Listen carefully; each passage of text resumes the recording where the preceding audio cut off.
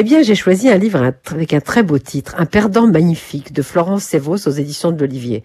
Florence Sévos, vous la connaissez sûrement, elle écrit beaucoup pour la jeunesse. Et puis, depuis 1995 et son premier roman, Les Apparitions, qui a eu le Goncourt du premier roman, Un perdant magnifique est seulement son 6e roman. Et il est très délicat et très émouvant, comme presque tous les livres de Florence Sévos.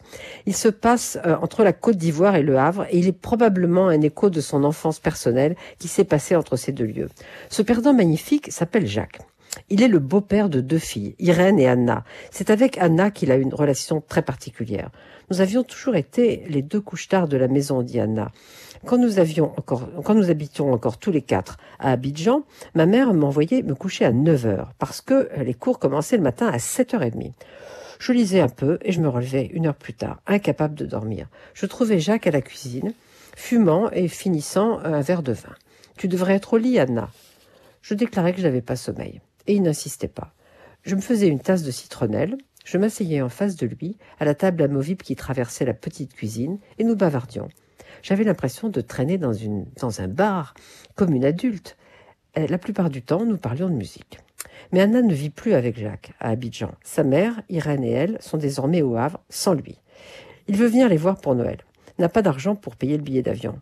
La mère non plus, sauf à payer le billet en utilisant le livret d'épargne de sa fille, ce qu'elle fait. Quand il arrive, il est amaigri et malade. On dirait presque un vieillard qui s'assied sur la chaise de l'entrée, et ça fait du bien de vous revoir, mes agneaux, dit-il. Si Anna veut parler de lui, c'est parce qu'il est mort quelques mois après ce séjour au Havre, et elle en conçoit une certaine culpabilité. Elle dit, au fond, l'avoir d'une certaine manière abandonné, ne pas lui avoir rendu justice, d'être resté du côté de ce qui était raisonnable, alors que lui vivait dans la démesure. Donc je ne vais pas vous raconter ce qui s'est passé quand Jacques est arrivé, donc au Havre, 2 jours avant Noël, parce qu'il faut découvrir avec Florence Sévos ce personnage fantasque, qui est à la fois touchant, encombrant, tyrannique, mais aussi généreux. Vous aurez compris que dans cette famille, tout le monde est fauché. On se demande comment on va payer le chauffage cet hiver. Or, Jacques vient de commander chez un antiquaire chic qui débarque avec une camionnette pleine des meubles.